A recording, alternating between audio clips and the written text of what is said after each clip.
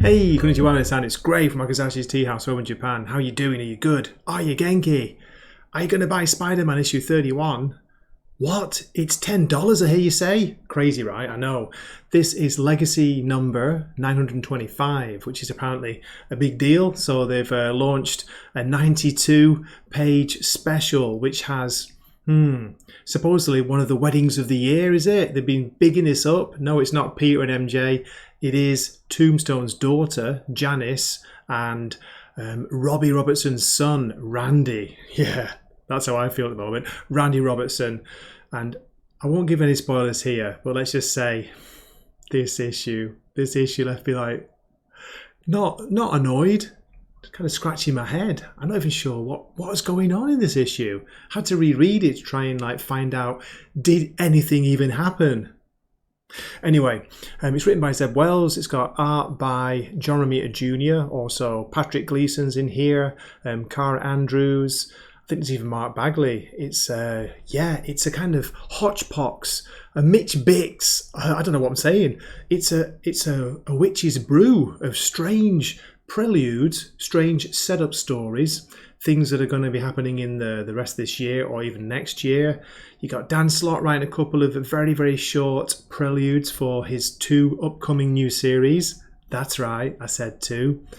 You've got Zeb Wells, who does a kind of, he tries to have a comedy story of 2 big parties. You got a bachelor party and you got a bachelorette party. I'll tell you what, I know which one I'd rather go to. Wait till you read it, you'll find out. And we also get a bit of MJ and Paul. Remember Paul? Yeah, we get a bit of that in there as well, a kind of separate story. You see Spider-Woman in here. Amazing. And Doc Ock's here as well, but he's not in the main story. It's strange. I'm not going to give any spoilers. I'm going to read a little bit of the main story, read through the recap, and I'll show you some of the art from what I've been talking about, these preludes and nocturnes. Oh no, sorry, that's Sandman. These little glimpses of things to come, the shape of things to come. And tell you what, it's not looking very exciting. Oh, almost forgot to say, as a rating, I would give this a rather disappointing 5 out of 10. Anyway, so please keep watching. Here we go. Here's a recap. 1 year ago, Spider-Man accidentally started a skirmish between Tombstone and the son of Kingpin, the Rose. While quick, the conflict was brutal and bloody, with Tombstone using Spider-Man as an unwitting weapon. Spider-Man ended up taking Tombstone down a notch, but wasn't able to take the gang lord out completely. That time was eventful for another member of the Lincoln family, as Tombstone's daughter, Janice, aka the supervillain Beetle, got engaged to Peter's longtime friend and former roommate, Randy Robertson, I bet he is, son of Daily Bugle editor Joe Robbie Robertson. At long last, the happy day is almost here, and Peter needs to prep for his role as Randy's dutiful best man. The issue opens with a 5-page prelude. Here we see a meeting taking place in the Bronx. Rabbit's there and Tombstone. Tombstone's asked different crime bosses of New York to join him, and he's rather concerned that quite a lot of them haven't RSVP to the invitations to his daughter's wedding. They tell him the worry is there's a rumour that Kingpin is coming back, and of course being at the wedding party altogether would make them big targets. Tombstone replies that he would find their absence suspicious. They confer and then agree. See you on Saturday. Then we move on to Chapter 1, The Last Night.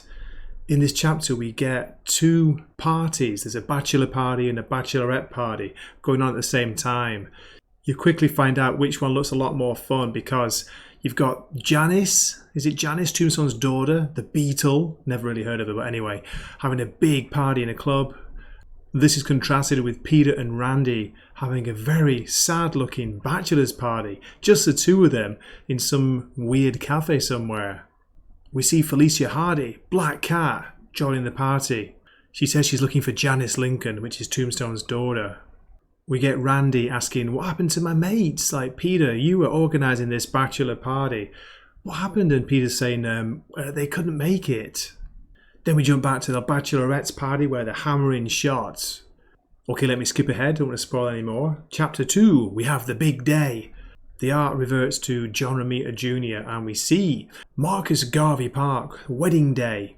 Peter is seeing the guests to their seats and it's Aunt May, closely followed by Hammerhead. And we see here Peter saying, I know Tombstone is the father of the bride, but surely he didn't invite all of his co-workers, in inverted commas. Then we see Randy getting ready and we see his father, Robbie Robertson. Good to see him. Peter's spider sense is tingling. We know that something's going to happen, but I won't spoil it here. Then we get an interlude by Nick Lowe, the editor. It's basically a long waffle where he's just saying that, hey, weddings are really boring in my experience, like he's trying to sell this issue. And then we hear that because this is legacy number 925, you'll get lots of extras, lots of bonuses. And basically what it is from here on, we get little brief setups for future series. We also catch up with Kamala Khan. We see Jackpot, the new hero. Can you guess who that is, by the way? If you've not heard, I won't spoil it. And we also get a couple of stories from Dan Slott setting up Superior Spider-Man in the future and his Spider-Boy series. So let me share a little bit of the art. First one here, we get the Kamala Khan and Spider-Man catching up. This is after she was resurrected and Spider-Man's basically telling her what happened to her. Look at all the dialogue there. Yikes.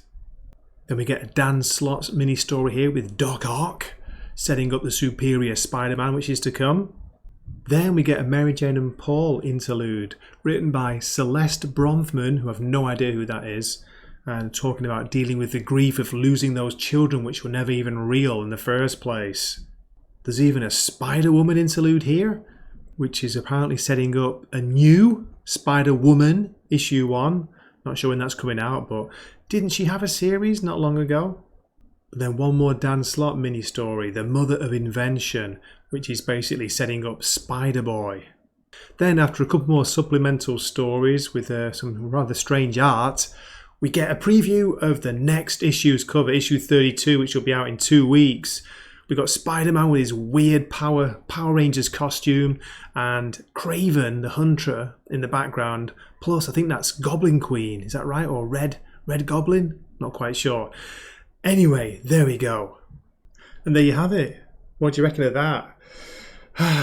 As always, I'd love to hear from you. Please drop a comment if you're going to buy this, if you've read it, what you thought of it. I'd love to hear from you.